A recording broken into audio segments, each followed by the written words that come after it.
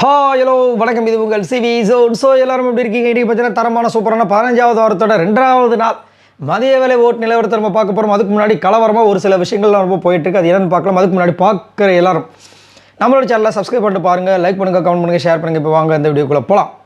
So காலையிலேருந்து நேற்று நைட்லேருந்து பார்த்தீங்கன்னா ஒரு பயங்கரமான விஷயம் போயிட்டுருக்கு. என்னன்னா, இந்த மிஸ்டு கால் ஆப்ஷன் ஒன்று இருக்குது பாருங்கள். அது வந்து எனக்கு தெரிஞ்சு எத்தனை வேணால் கொடுக்கலாம் போல இருக்குது. இந்த ஓட்டிங் மட்டும் தான் வந்துட்டு, அதாவது ஹாட்ஸ்டாரில் போய் பண்ணுறாங்க பாருங்கள், அதை மட்டும் ஒரு வாட்டி கொடுக்கலாம்னு நினைக்கிறேன், எனக்கு சரியாக தெரியல. ஸோ அதில் வந்துட்டு இந்த மிஸ்டு கால் ஆப்ஷன் வந்து ப்ராப்ளமாக இருக்குது. அதுவும் குறிப்பாக வந்து திவ்யாவுக்கும் சபரிக்கும் வந்துட்டு இது போக மாட்டுது, ஆனால் அரோராவுக்கு மட்டும் போகுது அப்படின்ற மாதிரி ஒரு விஷயம் போயிட்டுருக்கு. நான் இது வரைக்கும் போடலை. நான் ஓட் போனதை வந்து பார்த்திங்கன்னா பார்வதிக்கு மட்டும்தான். சரிங்களா? இப்போது எனக்கு என்ன தோணுது அப்படின்னா, கரெக்டாக அந்த ஃபினாலே வாரத்தில் இந்த மாதிரி ஒரு விஷயம் வருது.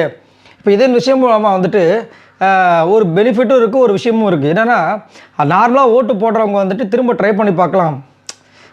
யாருக்கு வேணால் ஓட்டு போட்டிருப்பாங்க. அவங்க என்ன பண்ணுவாங்க, அப்படியா நான்லாம் முன்னாடி பார்வதிக்கெலாம் ஓட்டு போட்டிருக்கேன் அப்படின்னா போல அப்படின்னு அவங்களும் வந்துட்டு இதில் ஓட்டு போடுறதுக்கு ஒரு விஷயத்த வந்து பண்ணலாம். அதில் இந்த 4 பேருக்கு ஓட்டு வர்றதுக்கு வாய்ப்புகள் இருக்குது. ஒன்று.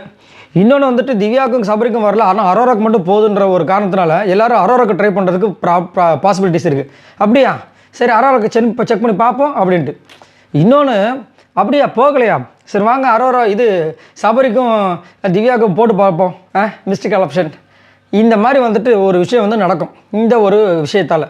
ஆனால் இது உண்மையாக பொய்யா அப்படின்றது வந்து எனக்கு தெரியாது. நான் அதுக்குள்ளே போகவும் விரும்பலை. சரிங்களா? இந்த மாதிரி ஒரு விஷயம் வந்து போயிட்டுருக்கு. ஆனால் உஷாராக இருக்க வேண்டியது ஓட்டு போட வேண்டிய மக்கள் தான். ஏன்னா இந்த மாதிரி ஒரு விஷயத்த சொல்லி என்ன பண்ணுவாங்கன்னா, நம்ம மைண்டை வந்து டைவர்ட் பண்ணுவாங்க. அப்படின்போது நம்ம என்ன பண்ணுவோம், ஒரு சில பேர் திவ்யாவுக்கு உண்மையில் ஓட்டு போடணும்னு நினச்சிருக்கலாம், சபரிக்கு ஓட்டு போடணும்னு நினச்சிருக்கலாம். அதே எப்படி அரோராக்கு மட்டும் ஓட்டு போதும், செக் பண்ணி பார்ப்போம் சொல்லிட்டு போயிட்டு அங்கே போய் போட்டு விட்ருவாங்க. ஸோ அந்த மாதிரி விஷயங்கள்லாம் போயிட்டுருக்கு. ஸோ அதனால் கொஞ்சம் தயவு செஞ்சு தெளிவாக உங்களுக்கு யாரை பிடிச்சிருக்கோ அவங்களுக்கு நீங்கள் ஓட்டை போடுங்க.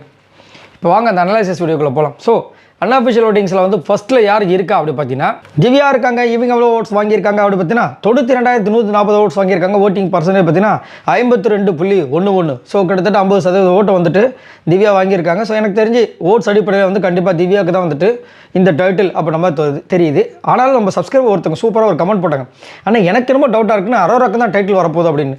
ஏன் என்ன டவுட் அப்படின்னு பார்த்தா, லாஸ்ட்டாக வந்து விஜய் சேதுபதி அவர்களுடைய எபிசோடில் வந்துட்டு திவ்யாவை பார்த்து, திவ்யா எனக்கு எதாவது பிரச்சனை வந்து நிற்பீங்கல்ல அப்படின்ற மாதிரி ஒரு விஷயம் சொல்லியிருப்பாங்க. கண்டிப்பாக ஷுவர் அப்படின்னு சொல்லியிருப்பாங்க.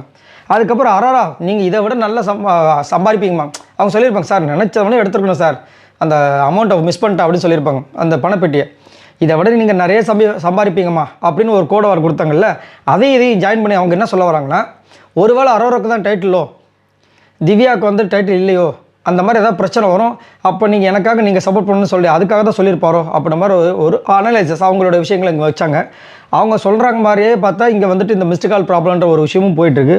உங்களுக்கு என்ன தோணுது அப்படின்றத மறக்காமல் கீழே கமெண்ட்ஸ் பண்ணுங்கள். 2வது பேஸ் பார்த்தீங்கன்னா சபரி இருக்காங்க. இவங்க எவ்வளோ ஓட்ஸ் வாங்கியிருக்காங்க அப்படி பார்த்தீங்கன்னா 54,293 ஓட்ஸ் வாங்கியிருக்காங்க. ஓட்டிங் பர்சன்டேஜ் பார்த்தீங்கன்னா 30.7.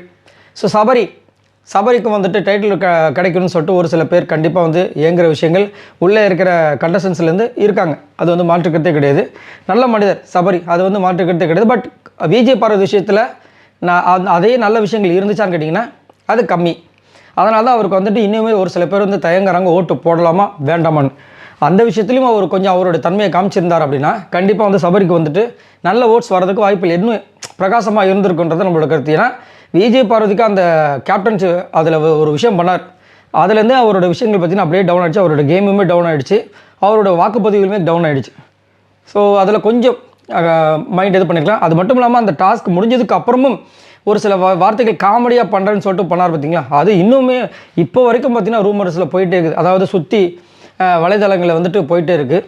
அதை தவிர்த்திருக்கலாம் சபரி. 3வது பேஸ் பார்த்தீங்கன்னா நம்மளுடைய விக்ரம் இருக்காங்க. இவங்க எவ்வளோ ஓட்ஸ் வாங்கியிருக்காங்க அப்படி பார்த்தீங்கன்னா 15,639 ஓட்ஸ் வாங்கியிருக்காங்க. ஓட்டிங் பர்சன்டேஜ் பார்த்தீங்கன்னா 8.84. பட் என்னை கேட்டிங்கன்னா சபரியை விட விக்ரம் நல்ல கேம், நிறைய கேம் கொடுத்துருக்காரு. கெட்டதோ நல்லதோ பாசிட்டிவோ நெகட்டிவோ, ஆனால் ஒரு கேம் கொடுத்துருக்காரு. ஆனால் மக்களுக்கு வந்து என்னன்னு தெரியல, திடீர்னு விக்ரம் பிடிக்கல போல இருக்குது. அதே மாதிரி ஒரு சில நேரங்கள்லாம் பார்த்தீங்கன்னா விக்ரம் ஓரளவுக்கு நல்ல கணிசமான ஓட்டு வாங்கிட்டு தான் இருந்தார். எப்போ இது திடீர்னு இந்த டவுன் ஆச்சுன்னா, இந்த ஆதிரியை வந்து மேலே தலைமையில் இருக்கும்போது எஃப்ஜே தோலில் இருக்கும்போது இப்படி இழுப்பார் பார்த்திங்களா, அதுலேருந்து கொஞ்சம் டவுன் ஆக போச்சு. அதே மாதிரி அவ்வளோ பெரிய விஷயம் நடந்திருக்கு, ஆனால் அதுக்கு ஒரு எல்லோ கார்டு கூட கொடுக்கவே இல்லை, அதை பற்றி பேசவும் இல்லை. ரைட். ஆனாலும் விக்ரமுக்கு வந்துட்டு 3வது பிளேஸ் தான் இப்போதைக்கும் கிடைச்சிருக்கு. ஏன்னா அங்கே 3வது ப்ளஸ்லேருந்து 60 ரூபா கீழே இறக்கியிருக்காரு. அதே மாதிரி பாவம் வரவங்க போகிறவங்களாம் வந்து விற்கிறவங்க கலாய்க்கிற விஷயங்கள் நடந்துகிட்டே இருந்துச்சு. இன்றைக்கி ப்ரொமோவில் கனி அவர்களும் வந்துட்டு அவங்க கண்டிப்பாக வந்து இவர்கிட்ட வந்து நல்லா பேசணும்னு ரொம்ப எதிர்பார்ப்போடு இருந்தார் மனுஷன். வந்து கையை கொடுத்துட்டு கம்முன்னு போயிட்டாங்க போல இருக்கு. ரொம்ப ஃபீல் பண்ணுறாரு. நம்மளும் அப்படியே பழகணும்.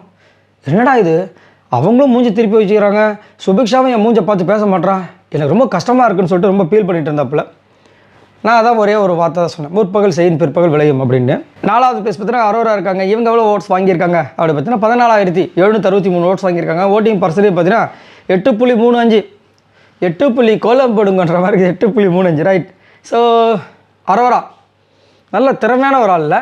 எப்படி இவ்வளோ தூரம் வந்தாங்கன்னு இது வரைக்கும் நம்மளால் யாராலுமே ஜட்ஜ் பண்ணவே முடிய மாட்டேது. பாருங்களேன் எப்படி வந்தாங்க.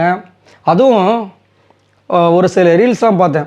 உண்மையிலேயே இந்த அரோராவுக்கும் துஷாருக்கும் அந்த க்யூட் மூமெண்ட்டும் ஒரு சில பேர் வந்து ரீல்ஸ் வேறு போட்டு விட்றாங்க. அதை பார்க்கும்போது எனக்கு மட்டும் தான் காண்டா இருக்குதா அப்படின்னு ஒரு கேள்வி கேட்டிருந்தார். கீழே எல்லாருக்கும் அப்படி தாங்க இருக்குது அப்படின்னு சொல்லிட்டு கமெண்ட்ஸ் போட்டு இப்போது செம்மையாக இது பண்ணியிருந்தாங்க. அதே மாதிரி அரோராவே என்ன சொல்லிட்டாங்கன்னா, திவ்யா சபரி இவங்க 2 பேரில் யாராவது வின் பண்ணால் எனக்கு சந்தோஷம் தான் அப்படின்னு சொல்லிட்டு அரோராவே ஒரு விஷயத்தை சொல்லிட்டாங்க. பட் இருந்தாலும் அவங்களுக்கு ஒரு வருத்தம் இருக்கான். என்னென்னு, அந்த ஃபஸ்ட் ரேங்க் கிடைக்கலனாவே நான் ரொம்ப வருத்தப்படுவேன், டைட்டில் தான் யோசிக்கிறேன் அப்படின்றாங்க. நம்ம கேமுக்கு நம்ம டாப் அந்த ஃபினாலே வாரத்துக்குள்ளே என்ட்ரி ஆனதே பெரிய விஷயம். இதில் இது வேறையா அப்படின்ற மாதிரி வந்துட்டு நிறைய பேர் கருத்து தெரிவிக்கிறாங்க. ஸோ அரோரா பற்றி என்ன நினைக்கிறீங்க அப்படின்னு சொல்லுங்கள். அது மட்டும் இல்லாமல் துஷார் கூட ஜாலியாக அவங்களுக்கு ரொம்ப சந்தோஷமாயிடுச்சு. துஷாரை பார்த்தோன்னே ஒரு ஹாப்பி ஆகிட்டாங்க. ரைட். இவங்க எல்லோரும் மொத்தமாக அவங்களோட ஓட்ஸ் இது வரைக்கும் பார்த்தீங்கன்னா 1,76,835 ஓட்ஸ் வாங்கியிருக்காங்க. ஸோ இந்த வாரம் யார் வந்துட்டு டைட்டில் வின்னராக வருவாங்க நீங்கள் நினைக்கிறீங்க? ரன்னராக யார் வருவாங்க? 3rd யார் வருவாங்க? 4th யார் வருவாங்கன்றதை சொல்லுங்கள். அது மட்டும் இல்லாமல் விஜய் பார்வதி கமரு இந்த விஷயங்கள் பார்த்தீங்கன்னா உண்மையிலே வந்துட்டு ரொம்ப கொடுமையாக இருக்குது. போக போக எப்படி ஆகிடுச்சுன்னா, கமருதீன் பண்ண எல்லா தவறுகளுக்குமே வந்துட்டு விஜய் பார்வதி மட்டும்தான் காரணன்ற மாதிரி ஒரு விஷயத்தை வந்து பிம்பத்தை கிரியேட் பண்ணுறாங்க. பார்த்தீங்களா, உள்ளே இருக்கிற ஹவுஸ் மேட்ஸாக இருந்தாலும் சரி, ஒரு சில பேர் வெளியில் ஒரு சில பேர், ஏன்னா மற்றவங்க எல்லாருமே வந்து 2 பேரும் ஒன்றா தான் பார்க்குறாங்க. ஒரு சில பேர் வந்து அதை வந்து லைட்டாக இது பண்ணுறாங்க. ஆனால் முக்கியமாக வீட்டுக்குள்ளே தான். அதை பற்றி போத்தன் வந்துட்டு அவங்க சோஷியல் மீடியாவில் ஷேர் பண்ணியிருந்தாங்க. அந்த விஷயத்தை நான் ஆல்ரெடி போஸ்ட் பண்ணதை போய் பாருங்கள். ரொம்ப உருக்கமாக இருந்துச்சு. ஒரு ஃபேன் வந்து போட்டிருந்தாங்க.